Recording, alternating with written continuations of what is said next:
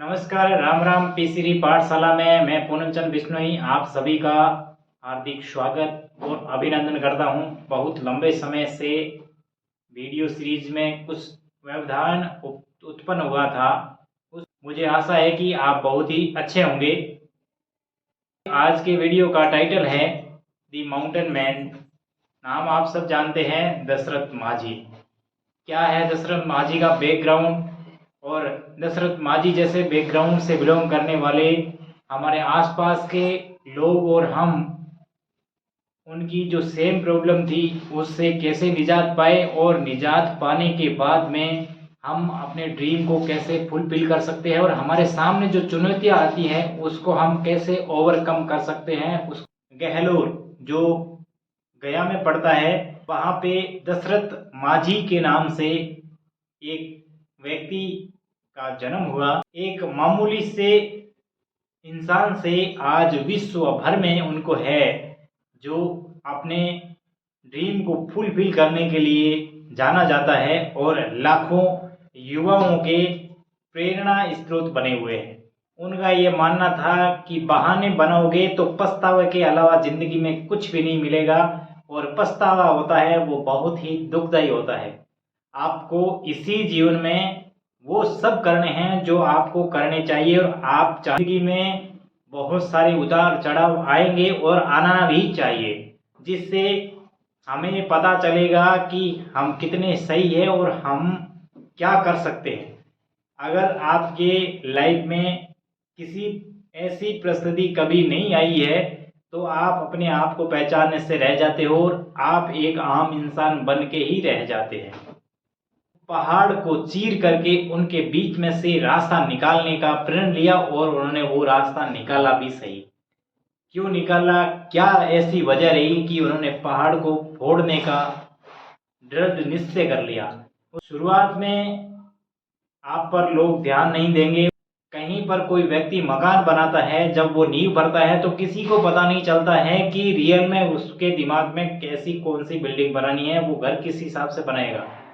वो धीरे धीरे पत्थर इकट्ठे करते हैं और आवश्यक सामग्री है उसको, आवश्यक सामग्रियों को इकट्ठा करता जाता है, और वो अपने ड्रीम हाउस को है जो आकार देता जाता है।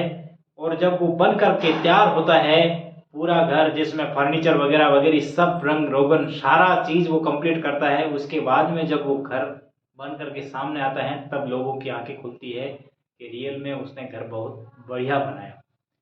इसी प्रकार से हम जो अपने जीवन में काम करते हैं, या हम जो अपने ड्रीम को फुलफिल करने के लिए जो प्रयास करते हैं, जरूरी नहीं है कि आपकी हर जगह प्रशंसा हो।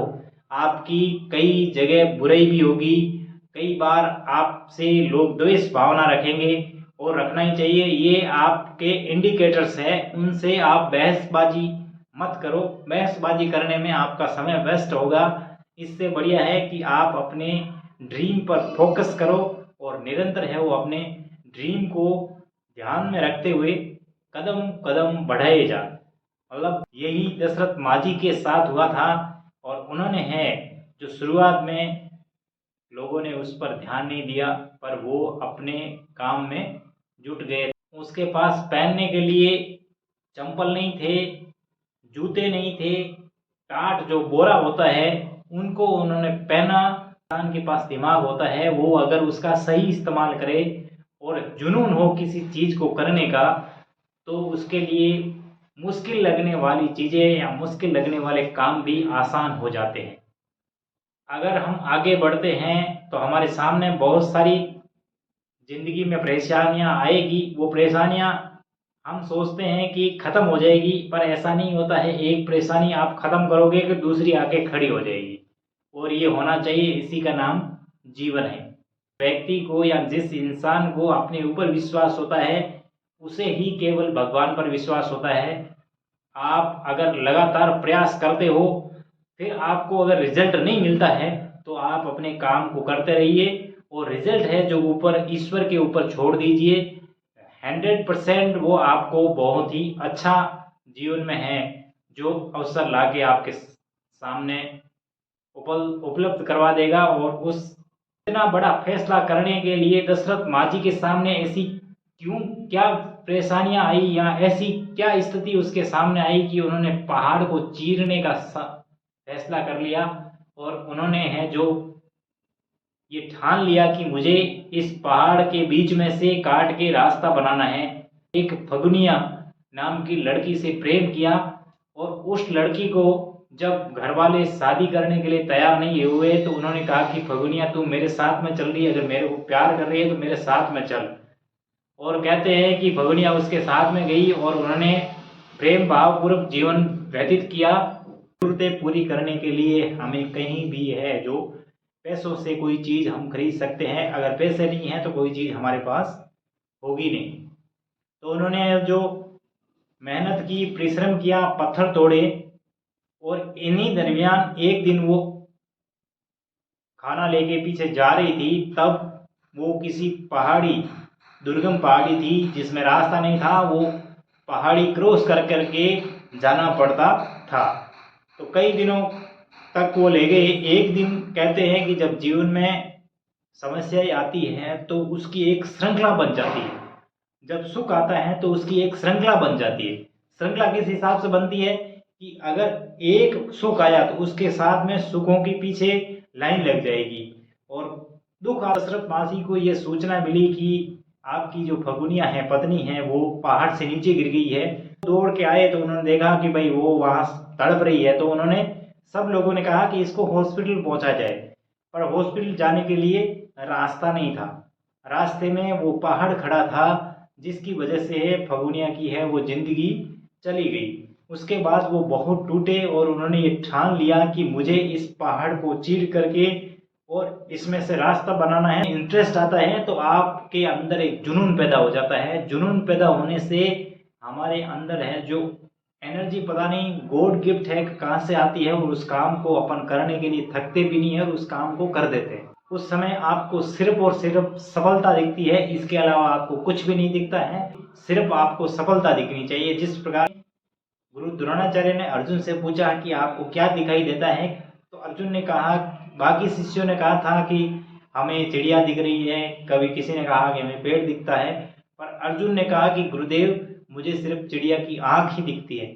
इस प्रकार से दशरथ माजी को सिर्फ और सिर्फ एक ही टारगेट दिख रहा था कि इस पहाड़ को तोड़ करके इसमें से रास्ता बनाना।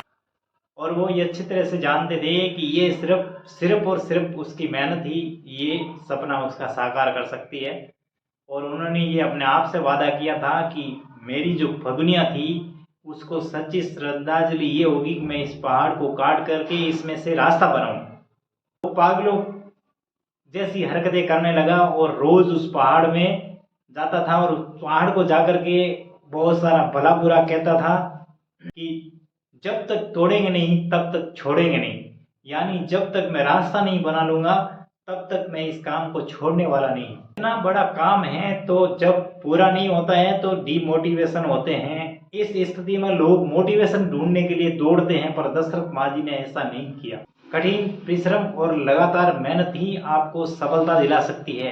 एकमात्र रास्ता आपके पास यही बचता है। वो ना तो किसी एकेडमिक में गया, ना कहीं पे कोचिंग ली, ना कहीं पे किसी से ट्रेनिंग ली। पहाड़ को जाकर के बोला करते थे कि देख, तू ये सोच रहा था कि नहीं आएगा, देख मैं फिर से आ गया हूँ। तो अपने जीवन में आप निरंतर आगे बढ़ते रहे। आपके जीवन में बहुत सारी चैलेंजेस आएगी और उतार चढ़ाव आएंगे, और ये एक जिंदा इंसान के सामने ही आते हैं। यहाँ अपने लक्ष्य पर फोकस रखिए और स्टेप बाय स्टेप आगे बढ़ते रहिए, सफलता आपको निश्चित तौर पर मिलेगी। तो आज की वीडियो में बस इतना ही। अब मैं लेता हूँ आपसे विदा। जय हिंद, जय भारत।